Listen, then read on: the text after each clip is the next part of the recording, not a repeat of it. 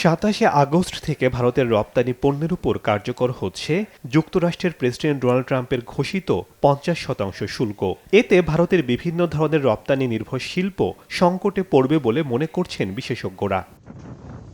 বিগত কয়েক বছরে ভারতে তৈরি প্রায় 60% কার্পেটই যুক্তরাষ্ট্রে রপ্তানি হয়েছে। ভারতের উত্তরাঞ্চলে কয়েক হাজার কার্পেট প্রস্তুতকারক প্রতিষ্ঠান সামান্য লাভ করে টিকে আছে। এই শুল্কের কারণে ওই অঞ্চলের প্রায় 25 লাখ মানুষের চরম দারিদ্র্য অবস্থার মুখোমুখি হওয়ার আশঙ্কা রয়েছে বলে জানিয়েছে গণমাধ্যম।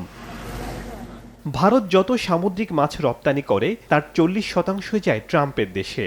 বছরে প্রায় 60,000 কোটি টাকার সামুদ্রিক মাছ দেশটিতে রপ্তানি করে ভারত। এর মধ্যে সবচেয়ে বেশি রপ্তানি হয় চিংড়ি। জহরত এবং পাথর বসানো গয়না শিল্প সংকটে পড়বে। 2024-25 অর্থ বছরে দেশটিতে 83,000 কোটি টাকার জহরত এবং পাথর বসানো গয়না রপ্তানি করেছে ভারত। ভারত যত পরিমাণ গাড়ির যন্ত্রাংশ রপ্তানি করে বিভিন্ন দেশে তার অর্ধেকই যায় যুক্তরাষ্ট্রে। বছরে প্রায় 61,000 কোটি টাকার যন্ত্রাংশ রপ্তানি করা হয়। যুক্তরাষ্ট্রে ব্যবহৃত জেনেরিক ওষুধের প্রধান উৎপাদক ভারত, আর এই শিল্পে সবচেয়ে বড় ভোক্তা বাজার যুক্তরাষ্ট্র। তবে এই খাতে ট্রাম্প প্রশাসনের শুল্কে বিশেষ ছাড় থাকায় অনিশ্চিত অবস্থায় তৈরি হয়েছে।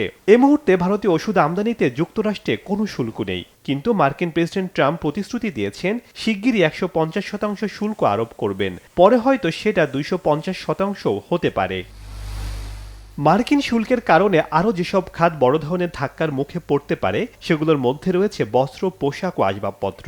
এগুলো ভারতের সবচেয়ে দাবি খাত না হলেও এসব খাতে লাখ লাখ মানুষ কাজ করে। সংকটের সময় এগুলোর উপার্জিত শত শত কোটি ডলার ভারতের আর্থিক অবস্থাকে শক্ত রেখেছে। যুক্তরাষ্ট্রের বাড়তি শুল্কের কারণে ঝুঁকিতে পড়া ব্যবসাকে বাঁচাতে সরকারের কোনো পরিকল্পনা থাকলেও তা চোখে পড়ছে না। রাজ্যগুলোকে নিজেদের কোম্পানির খেয়াল নিজেদেরকে রাখতে বলেছে কেন্দ্রীয় সরকার। বিশেষজ্ঞরা বলছেন শুল্ক নীতির প্রভাব পড়বে ভারতের এসব ক্ষেত্রের কর্মী নিয়োগেও। যুক্তরাষ্ট্রে যেসব পণ্য রপ্তানি করা হতো সেগুলোর ব্যবসায় মন্দা দেখা দিলে ছাঁটাই হতে পারেন কর্মীরা। তাই মনে করা হচ্ছে ট্রাম্পের ঘোষিত এই শুল্কের পরোক্ষ প্রভাব পড়বে ভারতের অর্থনীতিতেও। শেখ সাদি মারজান, সময় সংবাদ।